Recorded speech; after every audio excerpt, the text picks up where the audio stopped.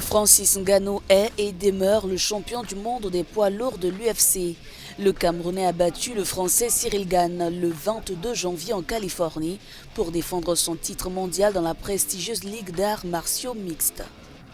J'étais le champion, je suis le champion et je reste le champion. Indépendamment de tout ce qu'on raconte, au final, le boss, c'est moi et je l'ai prouvé ce soir. Mais son histoire a commencé très loin avec des chances incroyables. Ngannou a toujours rêvé de boxe alors qu'il grandissait au Cameroun.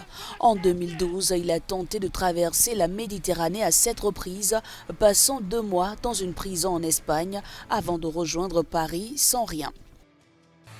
10 ans plus tard, Francis Ngannou vit dans une villa à Los Angeles et gagne près de 500 000 $ par combat.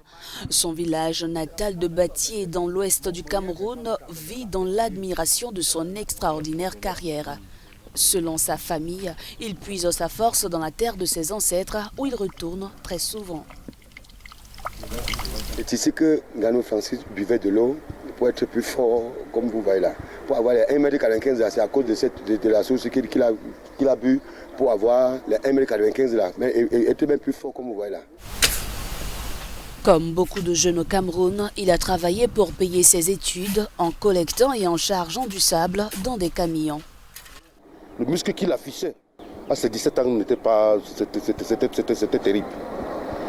Et lui-même disait, je serai champion du monde. Lui-même, Francis Ngannou disait, je serai champion du monde. Et il en est ainsi aujourd'hui. Le champion du monde des poids lourds de l'UFC a construit un centre d'entraînement dans son village en 2019. Ce centre permet à plusieurs jeunes de rêver grand. Depuis que notre champion, Francis Ngannou, nous a fait faveur et ouvert un club, bon, ça nous a lancé. Bon, j'ai préféré me lancer là-dedans.